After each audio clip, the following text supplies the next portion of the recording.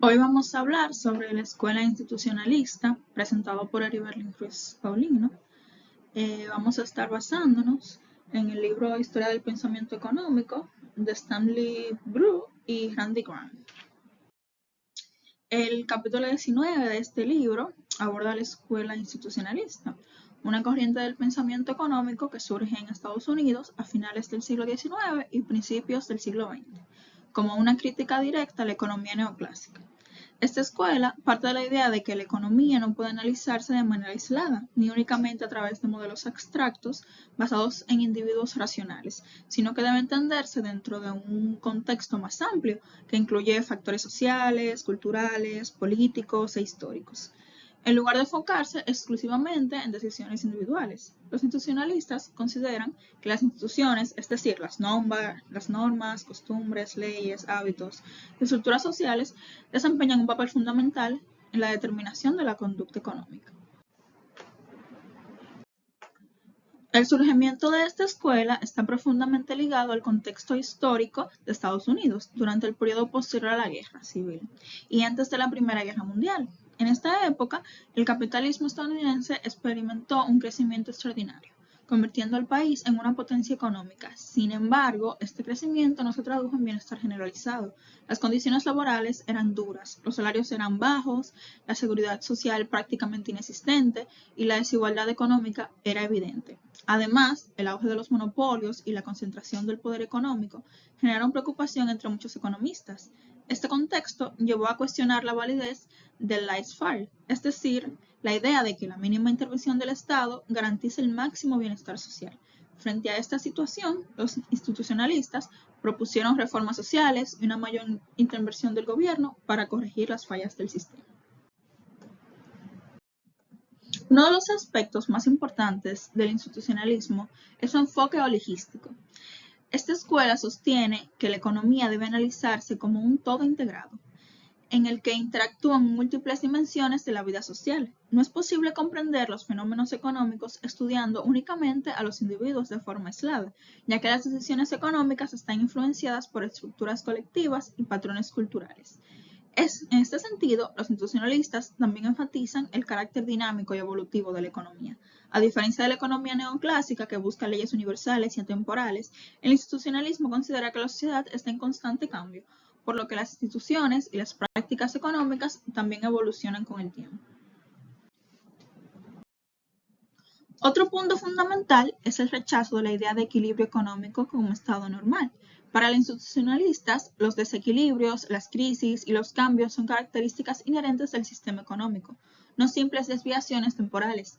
Asimismo, reconoce la existencia de conflictos de intereses entre distintos grupos sociales, como trabajadores y empresarios, consumidores y productores, o grandes y pequeños negocios. En lugar de asumir una armonía natural en el mercado, consideran que estos conflictos deben ser gestionados mediante la intervención del Estado y políticas públicas orientadas al bienestar social. En consecuencia, esta escuela defiende una postura reformista que busca una distribución más equitativa del ingreso y una regulación más activa de la economía. ¿A quiénes beneficiaba? Bueno, esta corriente refleja principalmente las preocupaciones y aspiraciones de la clase media, así como de otros grupos afectados por las desigualdades del capitalismo. Entre ellos se encuentran los trabajadores, los pequeños empresarios, los agricultores, los reformadores sociales y los sindicatos. Estos grupos veían en el institucionalismo una herramienta para cuestionar el poder de las grandes corporaciones y promover cambios que mejoraran las condiciones de vida de la población. Asimismo, el enfoque institucionalista atrajo a académicos de diversas disciplinas, interesados en una visión más amplia e interdisciplinaria de la economía. Veblen también introdujo el concepto de la clase ociosa, que se refiere a la élite económica que evita el trabajo productivo y se dedica a actividades consideradas prestigiosas, pero poco útiles desde el punto de vista económico. Esta clase, según él, es conservadora y tiende a resistirse a los cambios sociales, lo que contribuye a mantener estructuras económicas ineficientes. Su análisis cuestiona la idea neoclásica de que los consumidores son racionales y soberanos, ya que demuestra que las decisiones de consumo están profundamente influenciadas por factores sociales y culturales. Además, Veblen criticó la concepción hedonista del ser humano, propuesta por la economía neoclásica, que lo describe como un individuo racional, que busca maximizar el placer y minimizar el dolor. En lugar de eso, planteó que las personas poseen un instinto de destreza, es decir, una inclinación natural hacia el trabajo productivo y la eficiencia. Sin embargo, este instinto se ve obstaculizado por el sistema capitalista, que prioriza la obtención de ganancias sobre la producción de bienes útiles. En este sentido, Veblen identifica un conflicto fundamental entre la industria orientada a la producción y los negocios orientados al beneficio económico. En su análisis del sistema económico, Veblen también aborda el papel del crédito y de su relación en los ciclos económicos. Argumenta que la expansión del crédito puede generar un crecimiento económico temporal, pero también conduce a crisis, cuando se produce una discrepancia entre el valor financiero de los activos y su capacidad real de generar beneficios. Estas crisis son seguidas por periodos de depresión, lo que lleva a una dinámica cíclica en la economía. ¿Cómo soluciona estos problemas? Veblen propuso una idea radical: que la economía sea dirigida por ingenieros y técnicos, quienes, al no estar motivados por el beneficio personal, podrían organizar la producción de manera más eficiente y en beneficio de la sociedad. Aquí podemos ver a Thorstein Veblen y a Wesley Michel, otro autor importante dentro de esta escuela, quien aportó un enfoque más empírico al institucionalismo.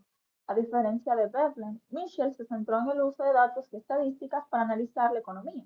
Su principal contribución fue el estudio de los ciclos económicos, los cuales consideraba una característica inherente del sistema capitalista. Según Michel, las fluctuaciones económicas surgen de factores como las expectativas de ganancias, la interdependencia entre empresas y el uso del dinero. Estas fluctuaciones siguen un patrón que incluye fases de recuperación, expansión, crisis y depresión. Para Michel, la solución a estos problemas no es eliminar el sistema, sino mejorar su funcionamiento mediante la planificación económica y la intervención del Estado. Más adelante, el institucionalismo evoluciona con figuras como John Kenneth Galbraith, quien desarrolla una crítica al capitalismo moderno. Galbraith introduce el concepto de sabiduría convencional, que se refiere a ideas ampliamente aceptadas pero que han dejado de ser relevantes. Una de sus aportaciones más importantes es el efecto de dependencia, según el cual las necesidades de los consumidores no son naturales, sino son creadas por las empresas a través de la publicidad y la producción.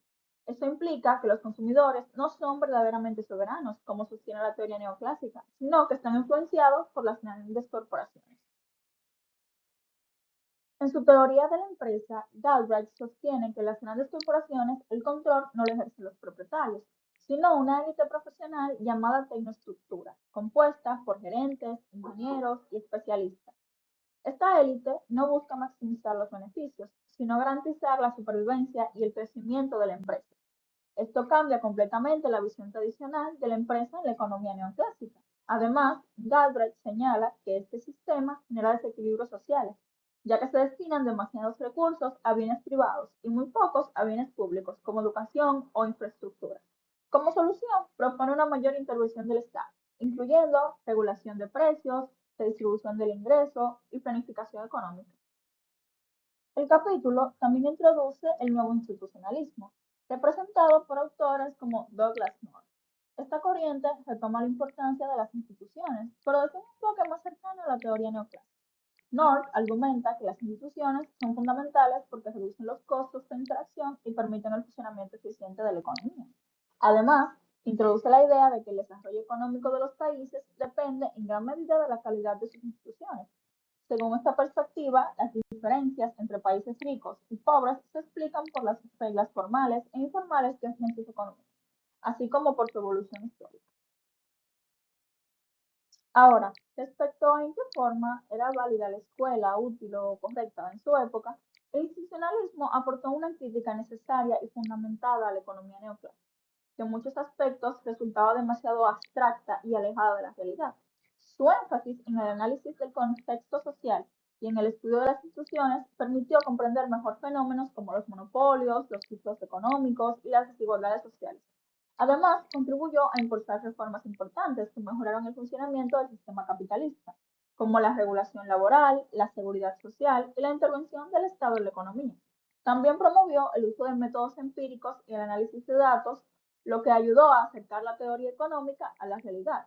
en un momento en el que el conocimiento estaba fraccionado. El institucionalismo destacó por su enfoque interdisciplinario, integrando aportes de la sociología, la historia y la política. ¿Qué principios de la escuela se convirtieron en contribuciones perdurables? Bueno, varias ideas del institucionalismo han tenido un impacto duradero en la economía moderna. Una de ellas es la perspectiva amplia o macroeconómica, que posteriormente fue desarrollada por el keynesianismo. Asimismo, la importancia de las instituciones en el análisis económico ha sido retomada por el nuevo institucionalismo, que estudia aspectos como los derechos de la propiedad, las normas sociales y las estructuras organizativas. También perduran las reformas sociales impulsadas por esta escuela, como el salario mínimo, la seguridad social y la regulación del trabajo. El énfasis en el uso de datos y métodos empíricos promovido por autores como Mitchell sigue siendo fundamental en la investigación económica actual. Además, la preocupación por problemas como el desarrollo económico, la desigualdad y el papel del Estado continúa siendo relevante en el debate económico contemporáneo. En conclusión, podemos decir que la escuela institucionalista representa una de las críticas más importantes a la economía tradicional. Su principal aporte es haber ampliado el sistema económico al incorporar factores sociales, culturales e históricos, proporcionando una visión más realista del funcionamiento de la economía. Aunque no logró repasar completamente a la economía neoclásica, sus ideas han influido profundamente en el desarrollo de políticas públicas y en la forma en la que se estudian los problemas económicos en la actualidad. Y bueno, eso fue todo sobre la escuela institucionalista. Gracias por escuchar.